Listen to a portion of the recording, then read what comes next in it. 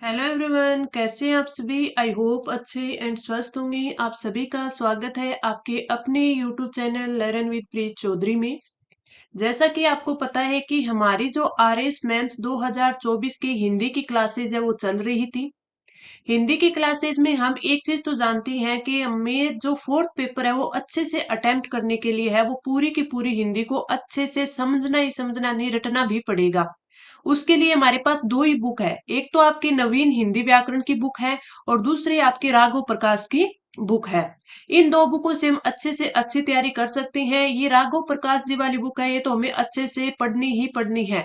नवीन हिंदी व्याकरण है जो आपकी, वो भी हमें अच्छे से याद करनी है।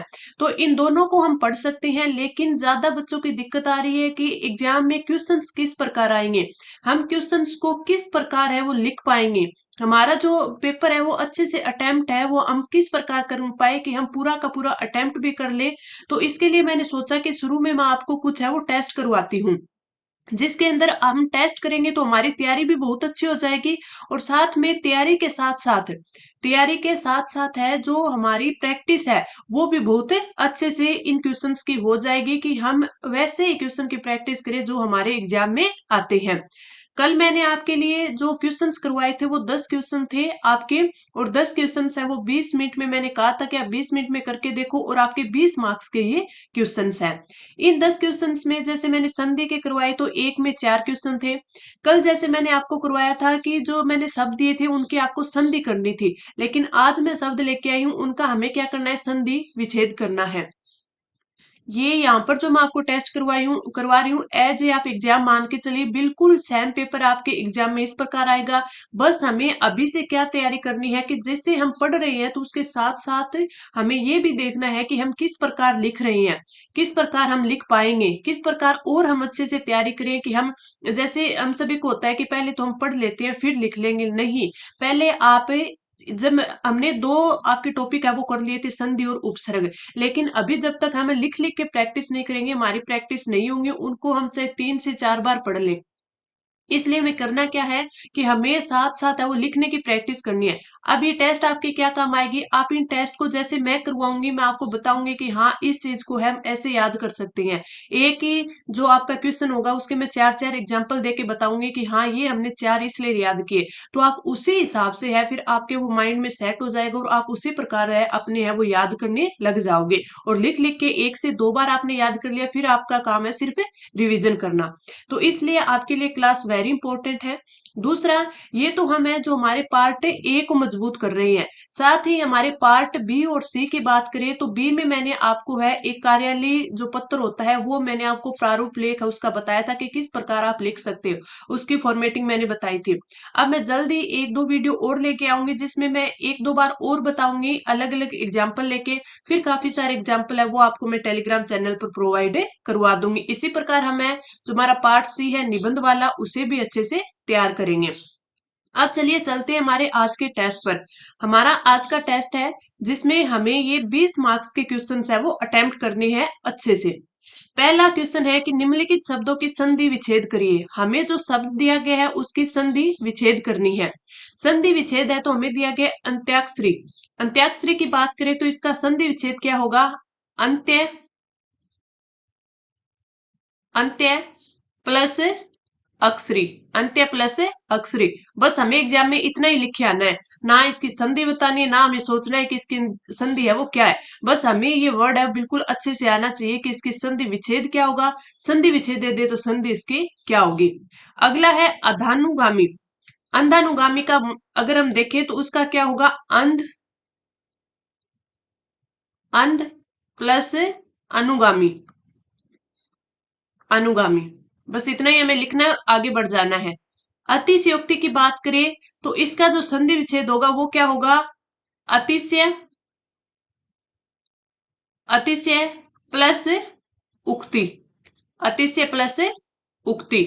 अगला है कर्मेंद्रिय। कर्मेंद्रिय की बात करें तो कर्म प्लस इंद्रिय। और ये यहाँ पर इतना ही लिखते, ये हमारे ये 2 नंबर है वो सिक्योर हो गए। आधा आधा नंबर के जो 4 क्वेश्चन है थे बिल्कुल हमने इस प्रकार लिख दिया तो आपके 2 नंबर है वो आ जाएंगे। अब हम बढ़ते हैं हमारे अगले क्वेश्चन पर।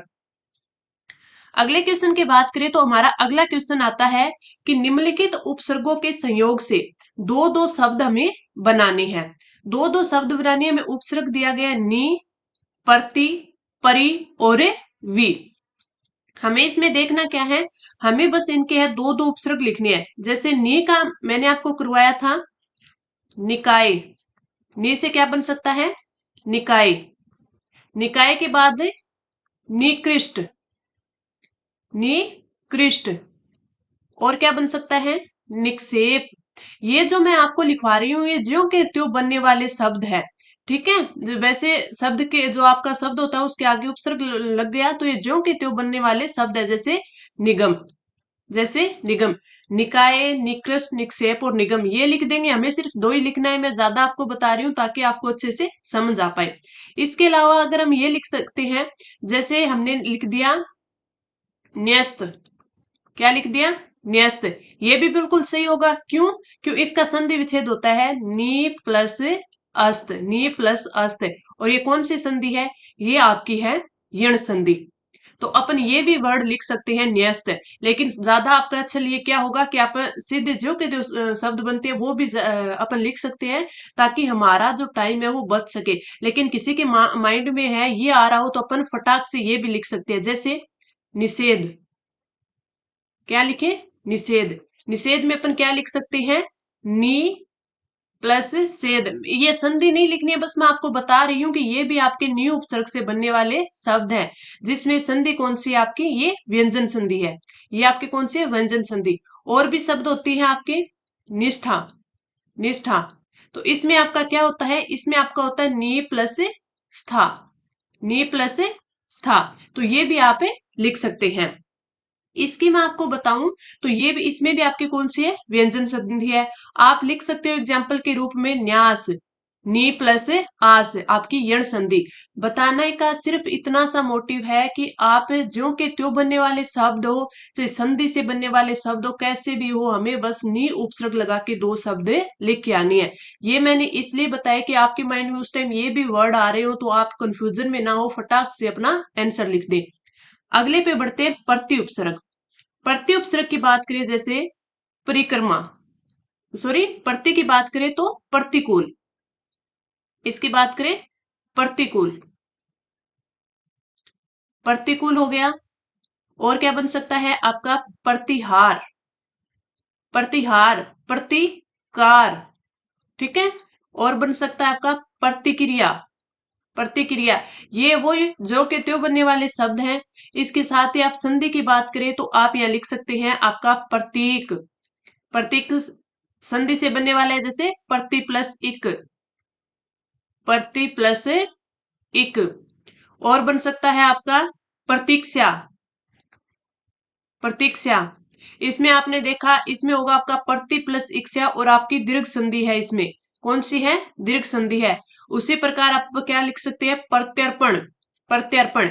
ये आपके अगर उसी टाइम माइंड में आ रहा हो तभी आप लिखें और आपको बिल्कुल अच्छे से लिखने लिखने आ रहा हो तो। वरना आप ये मत दिखाना एग्जामिनर को कि मुझे सब कुछ आता है और आप शुद्ध रूप में ना लिख सके, उसमें अशुद्धि कर बैठो। इसलिए मैं आपको पहले बताती हूँ कि आप जो के त्यों शब्द बन सकते हैं वो ही लिखें। क्यों, ये लिखने में आसान होती है और हमारे माइंड में भी जल्दी से ये आ जाते हैं, रिकॉल हो जाते हैं। लेकिन अगर किसी के माइंड में ये भी आ रहा है तो आप फटाक से आंसर कर सकते हैं। आगे बढ़ते हैं परि उपसर्ग पर। इसके और भी हो सकते हैं, प्रत्यक्ष हो सकता है, प्रत्यर्पण, ये सब हो सकते हैं। परि उपसर्ग की बात करें तो परि उपसर्ग का जैसे बन जाएगा परिक्रमा, परि उपसर्ग का बन गया परिक्रमा। परिक्रमा के अलावा परिग्रह, परिग्रह, परिग्रह के अलावा आप इसमें लिख सकते हैं परियाचिका या परिजन, परिजन। आप लिख सकते हैं परियाचिका, परियाचिका। तो ये सारे आपके परि उपसर्ग से बनने वाले शब्द हैं। आगे अपन बढ़ते हैं, अगला अपना होगा वी उपसर्ग। वी की बात करें तो वी से बनने वाले जैसे विक्ट, विक्ट, विकास, विक्ट, विकास, विकिरण, विकिरण, विनय, विनय। तो ये सारे आपके जैसे विकसल, तो ये सारे आपके क्या है, वी उपसर्ग से बनने वाले शब्द है। तो हमने उपसर्ग के संयोग से दो दो शब्द हमें लिखने होते हैं, सारे के सारे मैंने आपको अच्छी तरह समझाने के लिए लिख दिए। अब हम बढ़ते हैं हमारे अगले क्वेश्चन पर। हमारा अगला क्वेश्चन है वही कि निम्न प्रत्ययों के संयोग से दो दो शब्द बनाइए। दो दो शब्द में बनाने हैं, जिसमें हमें पहला प्रत्यय दिया गया है आओ प्रत्यय। आओ प्रत्यय में हम लिख सकते हैं कटाओ। कटाओ, इसमें क्या हो गया, कट प्लस आओ। कट प्लस आओ, कटाओ। अगला हम लिख सकते हैं खिंचाओ। खिंचाओ, और इसमें हम क्या लिख सकते हैं, हम लिख सकते हैं खींच प्लस आओ। अगला घुमाओ। घूम प्लस आओ। झुकाओ। झुक प्लस आओ, झुकाओ। अगला लिख सकते हैं हम तनाव। तनाव, तन प्लस आओ। तो ये सारे आओ सॉरी प्रत्यय से बनने वाले शब्द हैं। इसी प्रकार अंतर की बात करें तो अंतर से हो सकता है मध्यांतर। मध्यांतर, मध्य प्लस अंतर। और आपको हो सकता है मतांतर। मतांतर, मत प्लस अंतर। रूपांतर। रूपांतर की बात करें तो रूप प्लस अंतर। समानांतर, समान प्लस अंतर। तो ये सारे के सारे आपके अंतर प्रत्यय से बनने वाले शब्द हैं।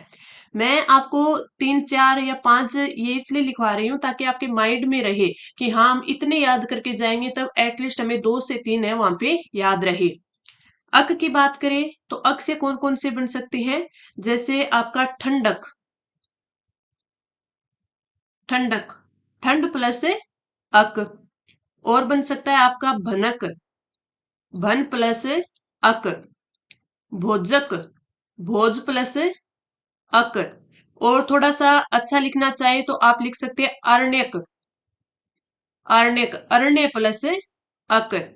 चिकित्सक, चिकित्सक आप लिख सकते हैं चिकित्सा प्लस अक, चिकित्सक। ठीक है। अगला आपका आता है इन्हीं प्रत्यय। इन्हीं प्रत्यय की बात करें तो इन्हीं जो प्रत्यय है उससे बनने वाले शब्द हो सकते हैं, जैसे कमलिनी। कमलिनी, इसका क्या होगा, कमल प्लस इनी। पर्णयिनी।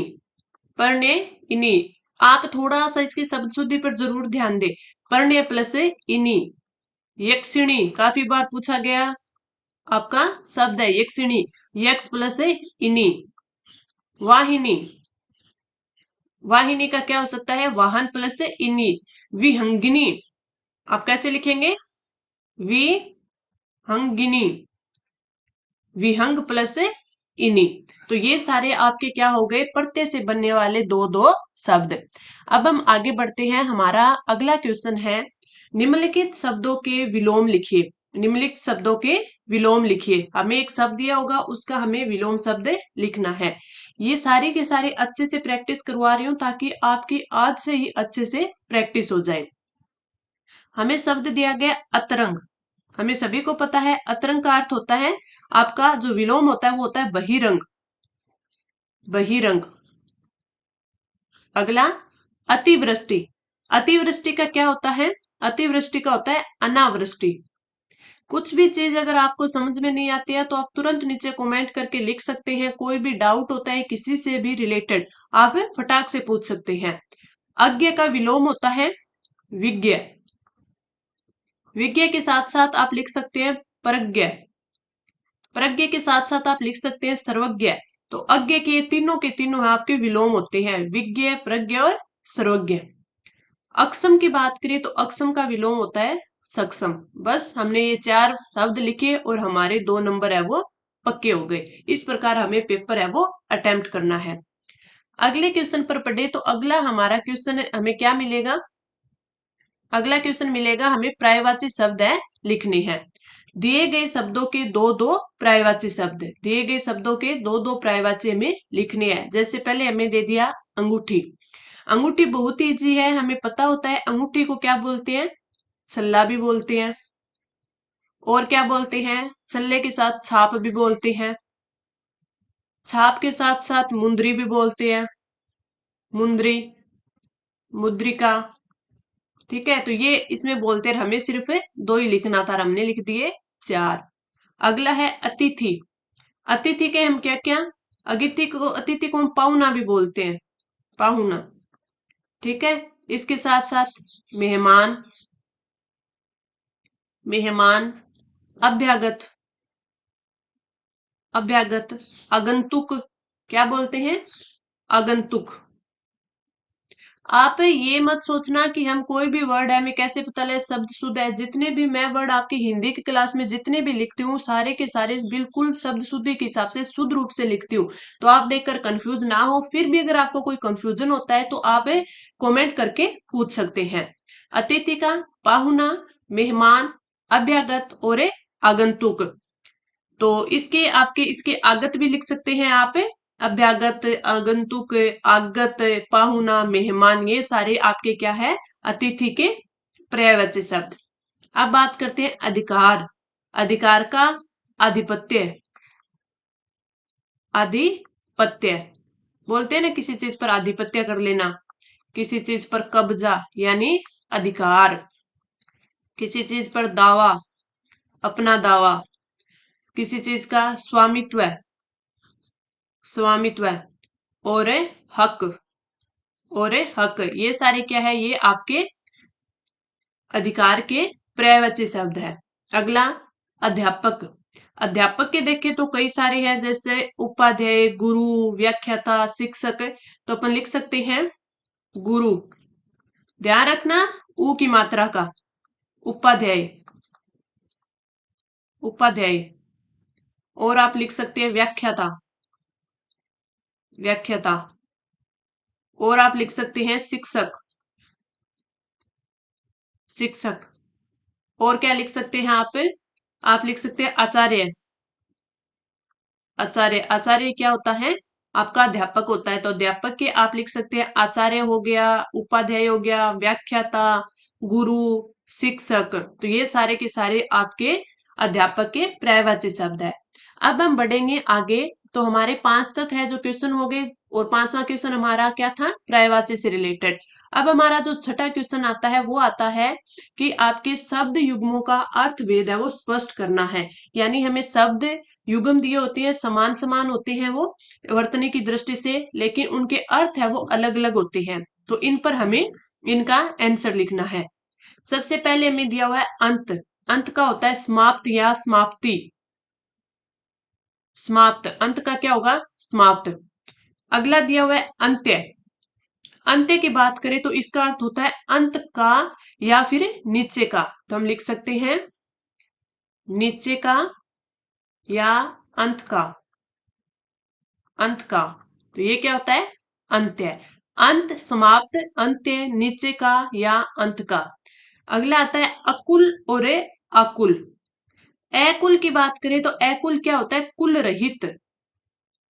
अकुल होता है कुल रहित, कुल रहित। और आकुल क्या होता है, आकुल का अर्थ है व्याकुल, आकुल, व्याकुल। अगला एक तो होता है अनु और एक तो होता है अणु। अनु होता है एक टाइप का उपसर्ग। क्या होता है, एक उपसर्ग होता है। तो अपन लिख सकते हैं एक उपसर्ग, एक उपसर्ग।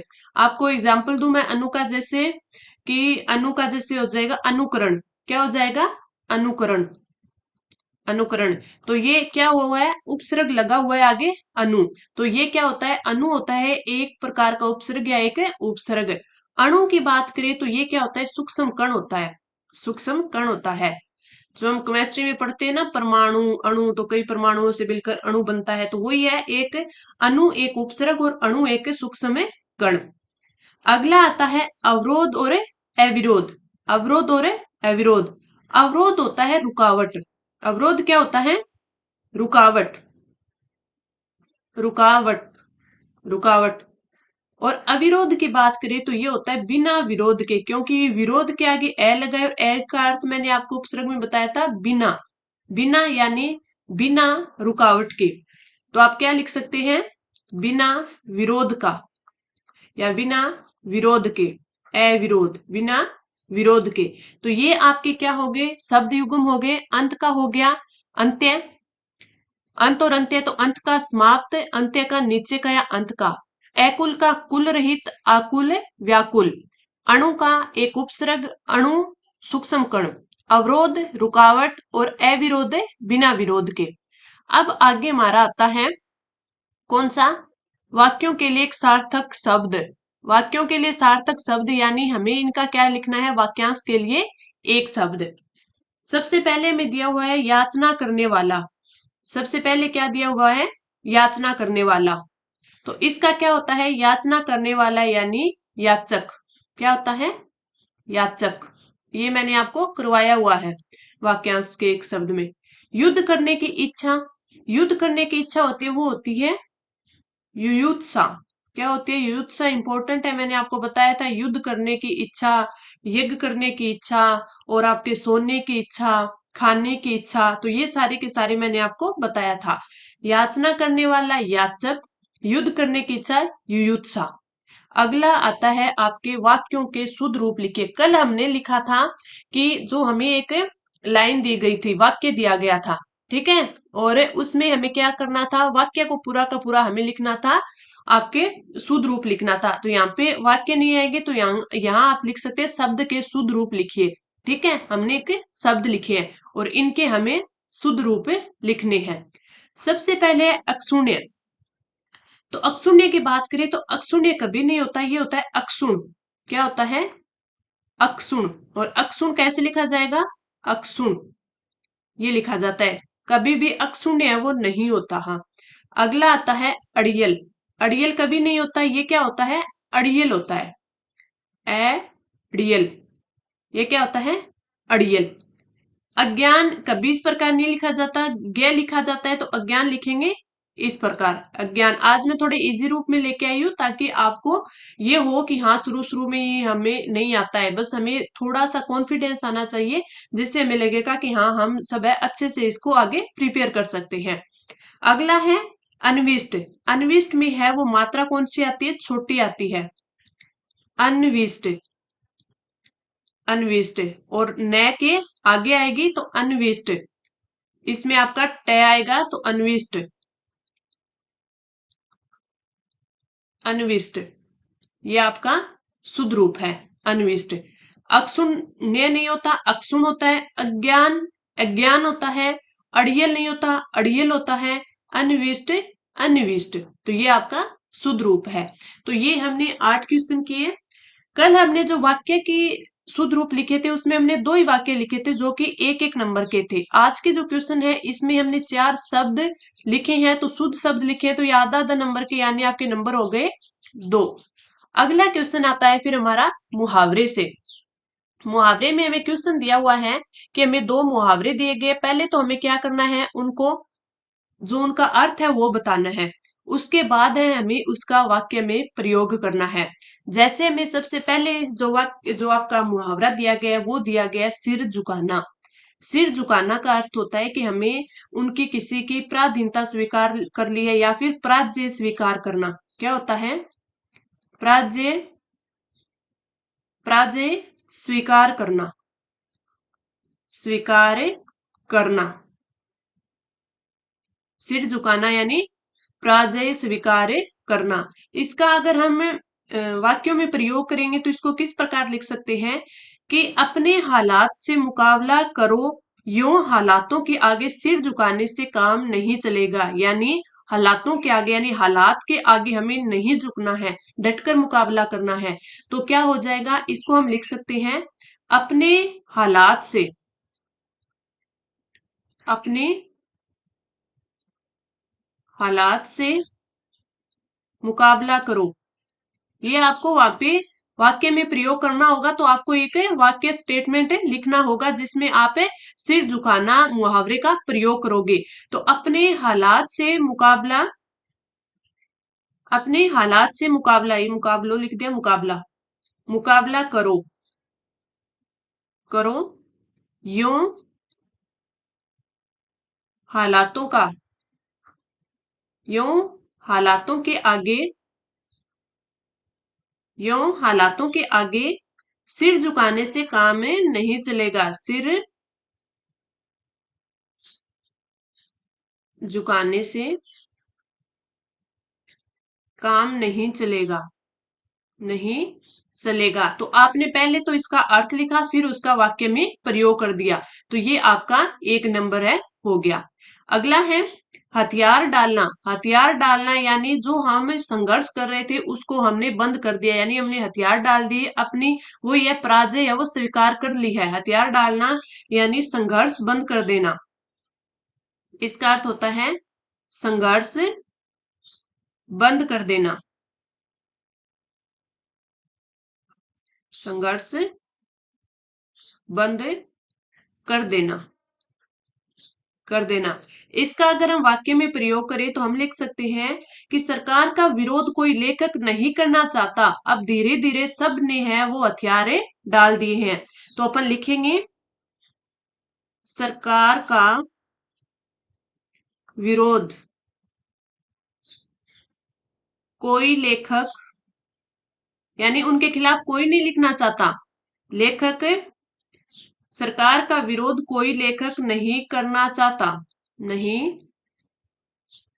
करना चाहता।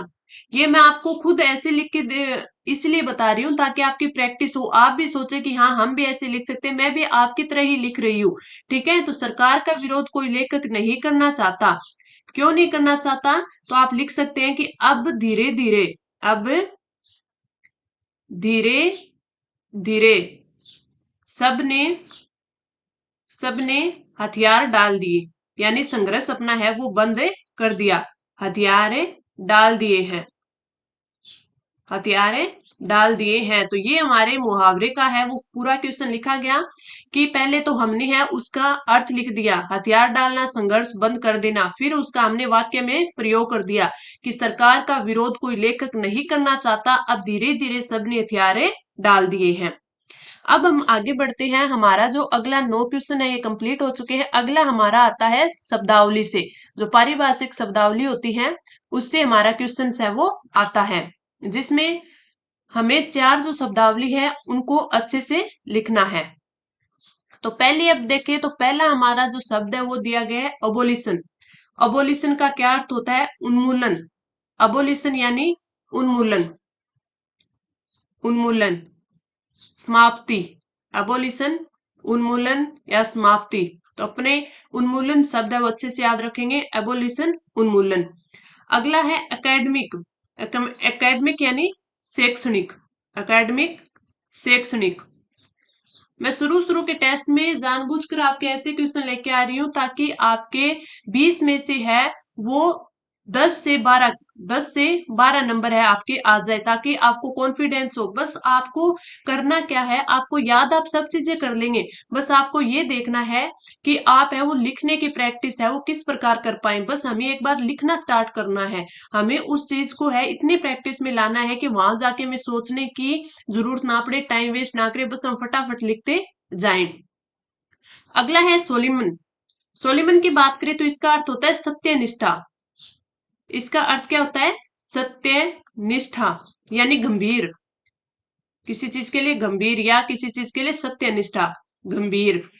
अगला है सर्विलांस। सर्विलांस का अर्थ होता है निगरानी करना, निगरानी। क्या होता है? निगरानी। तो ये हमने पूरे के पूरे 10 क्वेश्चन कर लिए हैं, और 10 क्वेश्चन में प्रत्येक में हमने 4 या फिर 2 किए हैं, जिससे हमारे है वो किसी में हमारे आधा आधा नंबर के थे तो हमारे 2 नंबर, और यहाँ पे 1 1 नंबर के थे 2 नंबर, तो हमने 20 नंबर के हैं वो क्वेश्चन है वो कर लिए हैं। ये क्लास मैंने इसीलिए स्टार्ट किया है कि बस आपकी एक बार शुरुआत हो जाए, फिर उसके बाद आप अच्छे से स्कोर है वो कर पाएंगे। तो अब हम अगली क्लास में मिलते हैं, देखते हैं अगली क्लास हमारी आपके पार्ट बी की होगी या फिर मैं अगला कोई टेस्ट लेके आऊंगी आपके लिए। तो आपको क्लास कैसी लगी नीचे कमेंट करके जरूर बताना, और अब हम मिलते हैं अगली क्लास में। धन्यवाद।